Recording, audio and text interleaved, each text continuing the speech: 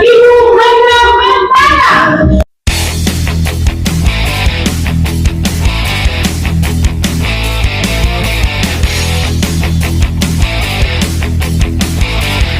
Selamat pagi. Assalamualaikum warahmatullahi wabarakatuh. Oke, perkenalkan nama saya Mega. Jadi jangan heran kalau saya besar ya, karena dari nama saya sudah besar, Mega. Dan harapan saya rezeki saya juga besar di sini. Tim saya juga besar. Dengan begitu akar-akar saya juga besar. Yang besar apanya? Rezekinya ya, jangan badannya ya. Sebelum di bisnis asuransi, saya menjadi pebisnis konvensional sampai hari ini di bidang fashion. Kenapa saya berada di sini sekarang, berada di asuransi? Karena ternyata di dunia asuransi itu menyenangkan, Bapak Ibu. Benar nggak? Benar ya? Pengalaman saya ketika saya menjadi pebisnis konvensional, saya hanya ada di toko. Saya bergelut dengan baju, dengan karyawan. Mau kemana-mana saya bingung. Kenapa? Kalau saya berada di suatu kota, saya harus terlalu fokus dan nggak bisa ditinggal terlalu lama. Benar ya, kalau konvensional. Tapi di sini saya ada acara di Surabaya. Saya bertemu dengan orang-orang di Surabaya, teman-teman di Surabaya.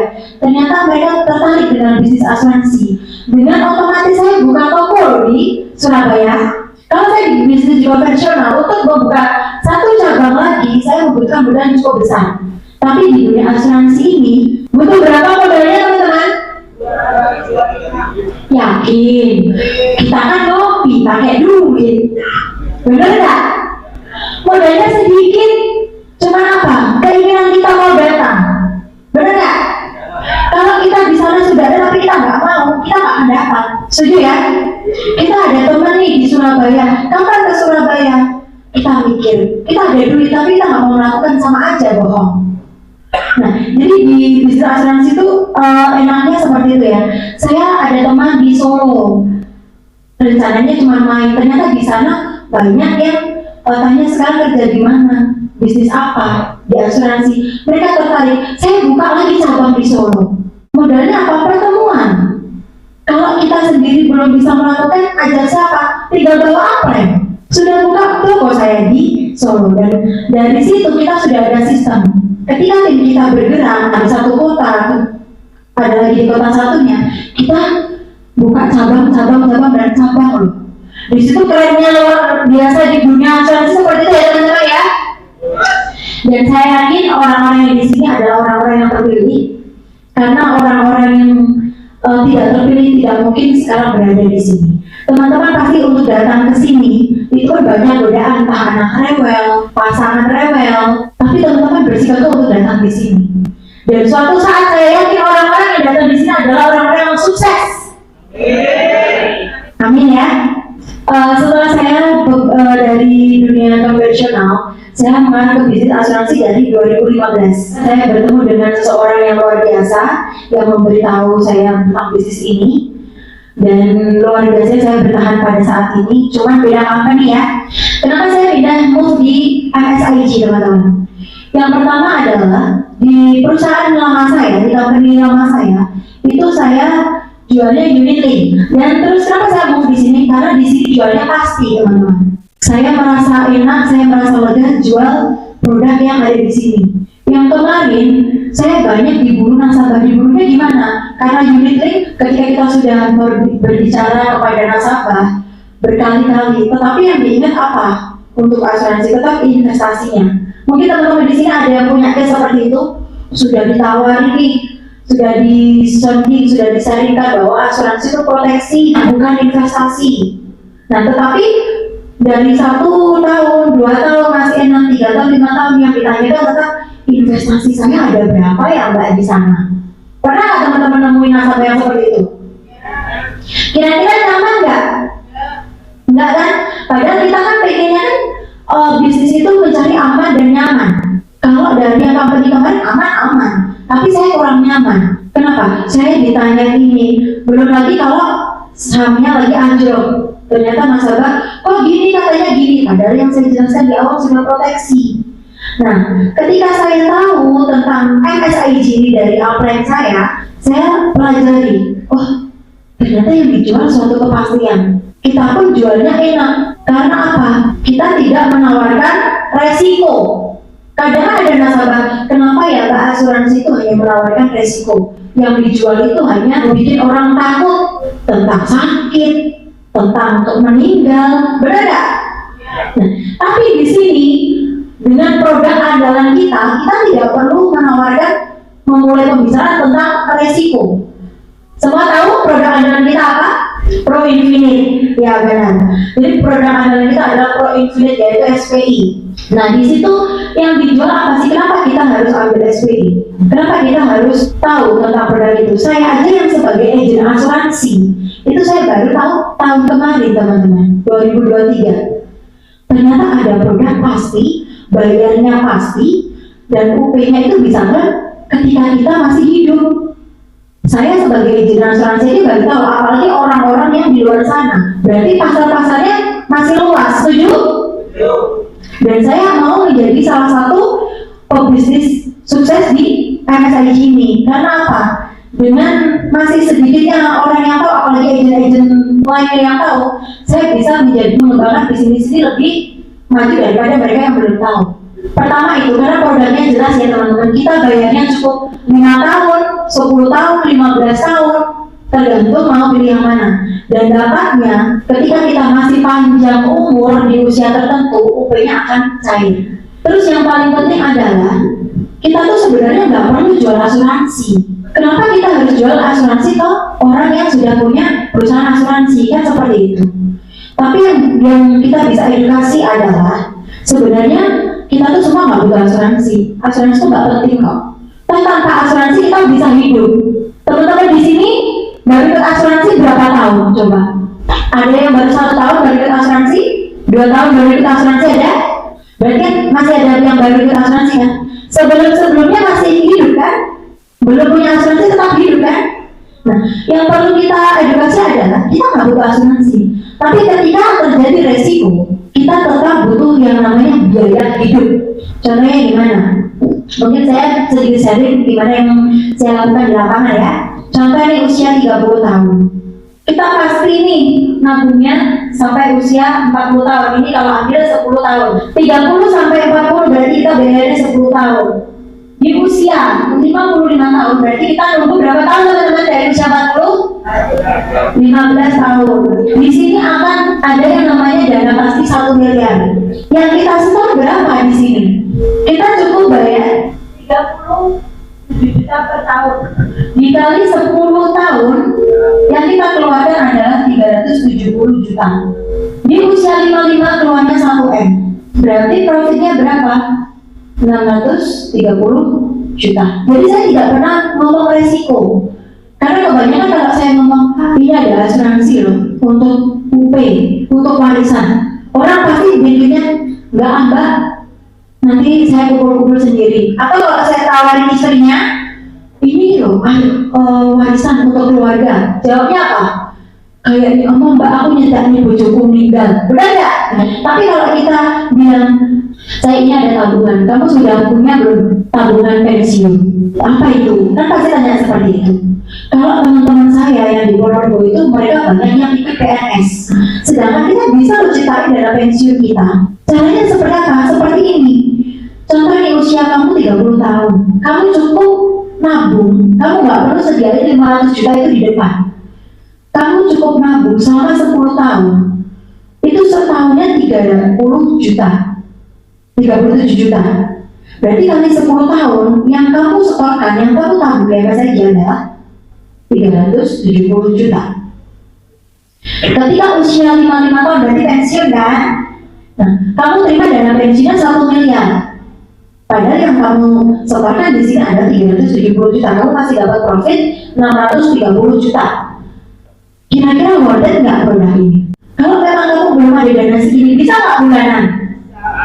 Bisa kan? Di situ awalnya saya mulai rekrut dari produk sini ke sini dan dia menerima bahwa oh ternyata gampang juga ya untuk dapat pensiunan seperti itu. Terus profitnya apa lagi? Kan pasti tanya kan? Di sini manfaat tambahannya adalah ketika kita ternyata menghadapi suatu kepastian, alias kita pindah dunia. Sekarang kamu kasih, kalau kamu keluar kota, kamu kasih anak kamu seharian 100.000. 5 hari berarti kamu kasih 500.000. Pernah terpikir nggak? Ternyata kamu pergi tapi nggak pulang-pulang, alias pindah dunia. Terus apa yang kamu berikan ke anak kamu? 1 miliar ini sudah bisa untuk biaya hidup atau cair lebih awal ketika kita ada risiko meninggal dunia. Nah, setelah ini lanjut saya rekrut. Agar apa? Agar dia dapat benefit yang gede juga. Bedanya dari mana? Dari dia menjadi pebisnis asuransi. Jadi saya memang yang pertama saya sharingnya untuk produk SPI ini, yang kedua saya langsung masuknya rekrut. Jadi teman-teman, saya pernah di fase bingung. Saya mau menjadi agen asuransi atau pebisnis asuransi. Karena kita nggak jelas di awal kita mau apa. Untuk closing itu susah teman-teman. Mungkin ada beberapa teman-teman di sini yang pernah mengalami ya, mau ketemu nasabah, ini mau ditawarin asuransi apa direkrut. Pernah nggak kayak gitu? Nah, dengan kayak gini kita sudah jelas mindset kita. Kita sharing produk, setelah itu kita rekrut, jadi kita dapat dua-duanya. Kita kan pebisnis teman-teman, setuju? Nah, namanya seorang pebisnis itu tidak ada kata-kata disuruh dulu. Biasanya kan ada kan ini, saya pernah sih sebenarnya kayak gitu ya. Jadi saya dulu sebelum saya tahu esensinya pebisnis itu seperti apa di asuransi, saya mau kemana-mana nunggu telepon dari agent saya. Jadi kalau nggak ada suruhan dari agent saya di toko. Terus nanti kalau agent saya, kamu jadwalnya kemana Ming? Besok mau kemana ya? Ketemu teman aja deh. Saya baru jalan. Nah, ternyata ketika waktu itu saya melihat salah satu teman saya di kantor, itu dia tiba-tiba waktu di company sebelah ya, itu sudah terbang ke Bangkok. Waktu itu Mbak Mila, kalau nggak salah. Mbak Mila baru join 3 bulan ya, 3 bulan teman-teman itu sudah pergi ke Bangkok. Padahal saya sudah joinnya kurang lebih 2 tahun ya, saya belum kemana-mana. Nah di situ, oh kok bisa kayak gitu, saya dengar sharingnya Mbak Mila. Kembali lagi, kita sebagai pebisnis kita memang harus memulai dari diri sendiri. Dari untuk sharing ini pun saya tanya nih di sini, siapa yang di sini ketemu nasabah nunggu didampingi upline? Ayo jujur-jujuran di sini ada nggak? Masih banyak ya ternyata. Oke, masih banyak ya. Habis dari sini nggak boleh kayak gitu lagi ya. Karena apa? Upline itu sebenarnya itu opsi terakhir untuk kita. Kita sebagai pebisnis, yang namanya pebisnis kita harus mulai dari diri sendiri. Nah, mulai dari diri sendirinya apa? Yang pertama, kalau teman-teman sudah sering ikut pertemuan, pasti teman-teman dikasih tahu tentang impian kan? Dan kalau kita punya impian, ini kan impian kita, bukan impian upline kita. Kalau kita tinggal, oh saya mau ke nasabah ini, besok bisa damping nggak? Ayo saya lagi di Mojokerto, nggak keluar rumah. Besok telepon lagi upline, besok bisa nggak? Aduh, saya masih dampingi di Bojonegoro. Nah ini nggak jalan-jalan impiannya. Nah, kalau teman-teman di sini merasa berbisnis, teman-teman harus mulai dari diri sendiri. Sebelum tidur malam, teman-teman harus punya schedule-nya. Besok mau kemana? Itu yang saya lakukan saat ini. Ya, kita mulai dari pertemuan. Sebelum ikut pertemuan, kita harus paham yang namanya sistem juga. Paham nggak sistem apa yang saya maksud di sini? Apa Pak? Ayo. Yang saya maksud sistem itu adalah paling tidak kita harus paham yang namanya Orion. Tahu Orion apa? Oke, aplikasi untuk submit ya. Kenapa? Ketika kita ketemu orang, kita sudah menjelaskan ini. Ternyata dia usianya nggak segini, usianya 40 tahun. Teman-teman bingung nih buka aplikasinya, aduh nggak didampingi leader. Ini gimana nih bukanya? Kira-kira yang diajak ngobrol ragu nggak? Kali ini kita juga harus paham yang namanya Orion. Nah, belajarnya gimana? Belajarnya dari diri sendiri, bukan nunggu pertemuan. Karena kan teman-teman di sini sudah punya aplikasinya semua kan? Nah, kita utek-utek teman-teman. Utek-utek aja mau tidur. Oh ternyata buat SPI usia 40 segini. Yang sering biasanya untuk kesehatan ada nasabah yang tanya untuk anak-anak berapa? kalau kesehatan kan ada brosurnya tuh. Kita nggak harus buka ini, kita sudah tinggal bisa. Tapi yang namanya SPI ini paling tidak kita juga harus tahu. Jadi ketika ada closing on the spot, teman-teman langsung bisa sampai di tempat. Karena apa? Kalau kita ada kesempatan on the spot submit dan kita nggak submit, tunggu besok, bisa jadi nasabah berubah pikiran. Pernah kan kayak gitu? Sekarang ditemui, oh iya bagus ya ternyata produknya. Iya, ya wes aku garapan segini. Oh karena kita nggak bisa kan? Oh ya wes besok ya nunggu upgrade saya dari Madiun datang. Besok saya submit. Besok upgrade datang ternyata, aduh kayaknya nggak janji ya Ben. Oh ini soalnya anakku mau ulang tahun butuh dana. Pernah kayak gitu? Nah, karena nggak kesempatan tidak datang dua kali, makanya kita harus juga sebagai pebisnis kita juga harus kita ulang-ulang sendiri. Terus ketika ada submitan kita juga harus tahu bagaimana caranya submit action. Jangan terus nanti teman kita udah mau ikut submit action gimana ya caranya, terus telepon di depan nasabah, telepon upline, ini caranya gimana? Nah teman kita yang di situ jadi bingung juga. Jadi ini kok bisnis asuransi, tapi kok si telepon upline ini tenang apa enggak? Pasti ada keraguan di situ. Jadi itu jangan sampai terjadi kepada teman-teman ya. Untuk teman-teman yang baru bukan berarti nggak boleh ajak upline, boleh. Tetapi kita sebagai yang namanya pebisnis, kita juga harus mulai dari sendiri-sendiri. Kita juga harus belajar. Setelah kita bisa rekrut, kita melatih kemandirian kita untuk belajar Orion, kita belajar untuk bagaimana buat produknya, kita belajar bagaimana untuk submit agent. Nah, kita harus rutin yang namanya pertemuan juga teman-teman. Ketika kita ada suatu pertemuan mungkin di BOP, ada yang namanya M3 gitu ya, kita datang. Itu kita nggak usah mikir siapa yang kita ajak, tapi yang paling penting kita datang. Jangan sampai kita nggak bawa orang, kita nggak datang. Berarti kita undang satu yang nggak datang berapa? Dua. Rekrutan kita dan kita. Berarti kita bukan pebisnis yang namanya. Nah, kalau saya nih pebisnis konvensional tadi, ada nggak ada orang yang beli, kita tetap harus buka kan? Dan kita harus melatih kreatif kita. Berarti untuk di bisnis ini kita juga harus datang di pertemuan meskipun kita hanya sendiri. Selain itu apa? Kita juga harus berani mengadakan pertemuan, bukan hanya datang di pertemuan. Saya mengadakan di Solo. Di Solo ada berapa orang? Bukan berarti orang banyak gini ya teman-teman yang namanya pertemuan. Itu kita bisa sebut yang namanya tabletop, ngopi produktif. Jadi ngopinya bukan gibah ya, tapi kita ajak teman untuk ngopi bahas bisnis. Sama-sama bicaranya kan ngomong bisnis sama gibah, tapi yang satu bermanfaat, yang satu nggak bermanfaat. Ngapain kita gibah ngopi? Mending kita ngobrolin bisnis, kita ngomongin cuan. Saya di Solo, saya calling teman, ternyata di sana ada 2-3 orang. Saya ngadain tabletop di situ. Dan berapa tempat? Ya bisa berpindah-pindah tempat. Kemarin saya di Solo rencana 1 hari. Habis dari pertemuan M3 di Madiun, jam 1 saya langsung ke Solo. Dari 1 hari itu ternyata saya jadi 3 hari di Solo. Apakah saya dibantuin apa? Saya tidak. Saya sendiri. Kenapa? Kembali lagi, kita adalah pebisnis ya. Kita bukan pekerja yang nunggu disuruh baru ngadain pertemuan. Tapi kita yang mengadakan. Bisnis ini nggak bisa apa yang bilang nanti ngadain pertemuan seperti ini. Belum tentu jalannya seperti itu. Karena dari pengalaman itu kita akan menemukan sesuatu ilmu-ilmu yang terjadi di lapangan. Jadi kita menemukan orang seperti apa, terus karakternya seperti apa, kita belajarnya di lapangan. Ya, dari 3 hari itu baru kita konsultasikan ke upline. Jadi itu yang saya lakukan untuk hari-hari di Madiun sana. Dari 1 hari jadi 3 hari, habis itu saya mengadakan pertemuan lagi di Ponorogo. Biasanya saya kalau mengadakan pertemuan di Ponorogo itu sama Bu Ana. Bisa berdiri Bu Ana? Nah.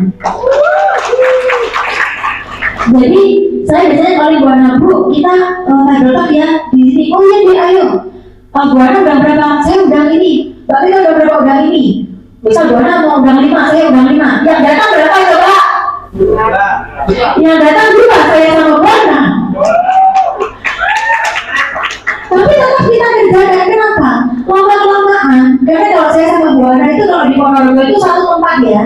Jadi satu tempat ya udah di situ aja. Lama-lama orang yang di situ pada tanya nggak, dan jadi pertemuan apa ya? Berhari Rabu pertemuan ini, kadang ngomong, kadang perlu. Orang kan pasti bertanya. Setidaknya kalau kita nggak dapat undangan, waitersnya yang di kafe itu tanya loh, Mbak Jajan ini pertemuan apa Mbak sama Bu Ewi? Kok saya lihat kok pertemuan kadang ada orang banyak, kadang cuma 2. Akhirnya dengan tidak disengaja di situ ada yang namanya kita rekrut, benar nggak? Dari waitersnya nggak apa-apa. Terus kadang apakah cukup pertemuan itu di coffee? Enggak. Teman-teman pernah nggak nge-blank kotaknya? Kita mau kemana ya? Muter aja gitu. Waktu nggak ada jadwal. Saya datang di nasabah. Dan di nasabah itu saya cari nasabah yang punya toko. Di situ saya nunggu aja orang yang datang. Saya serikan berarti ini akhirnya terjadilah di situ yang namanya kita dapat nasabah. Jadi memang menyenangkan. Kenapa? Kita bisa kerjakan dimanapun. Kita duduk, kita mau facial, namanya wanita ya, maaf ya yang laki-laki. Yang namanya wanita pasti ada yang namanya me time. Itu kita juga bisa prospek. Kita bisa sharing. Dan kebanyakan sharing yang dilandasi dengan kebetulan itu justru yang menjadi nasabah. Kenapa? Kalau kita sudah berniat di prospeksi yang tertuju itu bukan ini ya teman-teman biasanya. Tetapi teman-teman pasti tertujunya sama apa? Wah, aku ketemu baik baik. Kira-kira ini aku iso 100 juta closing. Yang dipikir apa? Pasti cuan. Pernah nggak kayak gitu? Pasti sering. Dan yang terjadi apa? Nggak closing. Karena yang dipikirkan adalah kita tidak sharing tentang ini dari hati, tapi kita mikirin komisi kita berapa. Jadi gitu. Tapi kalau kita bicaranya dari hati, kita sharingnya dari hati, biasanya itu yang malah justru closing. Nah, dari table talk itu kita mengarah yang namanya BOP, area tertentu, area kota kita. Kalau table talk kan pertemuan antara kita dan rekrutan kita, mandirinya kita. Tapi kalau BOP itu kan biasanya disatukan dalam satu kantor. Dan ya itu kan, tetap kita harus ikuti sebuah pertemuan itu dari satu ke satunya. Setelah table talk ada BOP, ada brainstorming. Nah, setelah ini sebenarnya kalau saya boleh bilang acara puncaknya kalau kita bisnis itu di apa? Adalah di Better Day, teman-teman. Apa itu Better Day? Kalau kita mungkin mau ajak teman kita sendiri, kita ajak rekrutan kita, saudara kita untuk table talk, untuk BOP itu hanya di kota kita, mungkin kan melihatnya sangat kecil ya di kota kita, oh seperti komunitasnya. Tapi kalau kita mau tahu kenapa sih harus di bisnis ini, kenapa harus dengan junior, seperti apa orang-orangnya, itu kita ajarnya di Better Day. Itu di situ kita itu bisa yang namanya rekrut massal, teman-teman. Kenapa? Pembicara di Better Day itu ada pembicara yang luar biasa. Dan di sana banyak orang yang baru ngerti bahwa oh bisnisnya seperti ini. Oh ternyata orang-orang yang terbentuk itu sudah sekian banyak orang dan mereka berhasil di bisnis ini. Itu ada di Better Day, teman-teman. Berapapun orang yang Anda rekrut, berapapun orang yang Anda bawa, Anda harus terus mengikuti yang namanya pertemuan-pertemuan itu. Karena kita tidak tahu orang yang kita rekrut itu bisa mengkliknya itu ada di pertemuan yang mana. Karena mungkin pengalaman kita juga ya, kita ada di satu pertemuan, kita hanya ngeklik cuma beberapa ilmunya, nggak mungkin kan semua. Nah, ternyata kita datang di pertemuan satunya, kita ngeklik beberapa ilmu lagi. Nah, di Better Day itu kalau teman-teman datang, teman-teman bawa orang, itu merindunya itu pasti sampai mana-mana ya. Terharu, tahu bahwa bisnisnya luar biasa, besar, yang di atas panggung juga bukan orang-orang yang biasa. Di situ banyak orang yang ngerti bisnis ini. Jadi saran saya, masukan saya, karena kita ke bisnis, kita sendiri yang harus mandiri, kita sendiri yang harus melakukan. Karena